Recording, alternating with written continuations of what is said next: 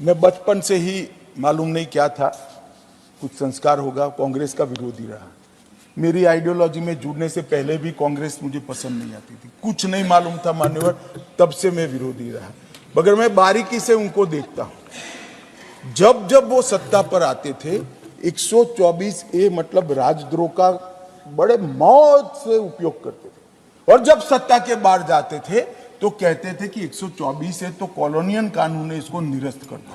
मगर फिर सत्ता पर आते थे तो 124 का उपयोग करते थे। इन्होंने राजद्रोह को कभी समाप्त करना नहीं चाहा। भारतीय जनता पार्टी और नरेंद्र मोदी सरकार आज इस देश के कानून से राजद्रोह को हमेशा के लिए 5 साल से ज्यादा सजा है वो सभी घृणित अपराधों के लिए।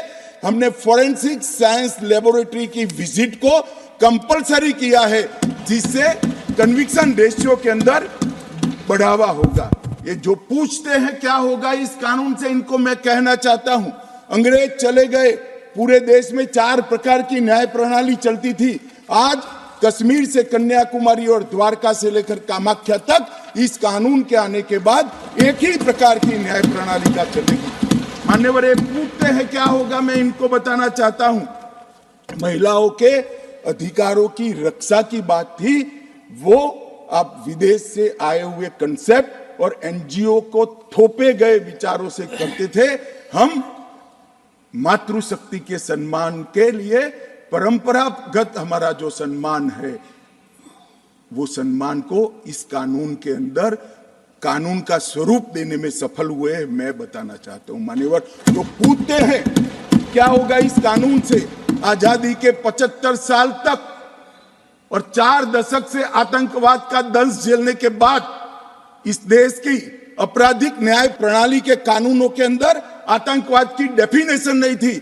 नरेंद्र मोदी जी ने जीरो टॉलरेंस टुवर्ड आतंकवाद का परिचय कराते हुए टेररिज्म की डेफिनेशन को इसके अंदर शामिल किया है। मान्यवर, जो पूछते हैं कि इस कानून से क्या होगा, मैं उनको बताना चाहता हूं कि इस कानून से राज्यद्रोह अब देशद्रोह के अंदर बदल गया है।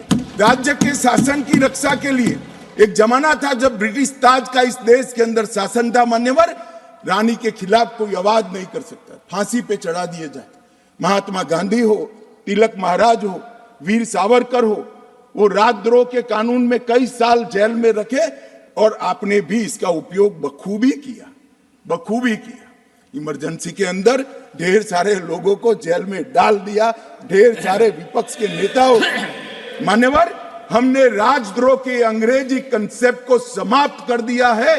शासन के खिलाफ कोई भी बोल सकता है इस देश के अंदर। अब वाणी स्वतंत्रता का अधिकार भी है और लोकतंत्र है, मगर देश के खिलाफ आप नहीं बोल सकते हो।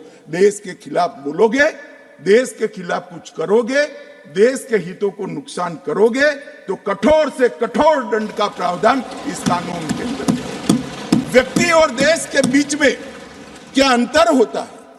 डेमोक्रेसी का जो मूल विचार है, लोकतंत्र का जो विचार है, देश महान होता है, व्यक्ति महान नहीं होता है। मान्यवर, इसको इस कानून के माध्यम से हम ला रहे हैं।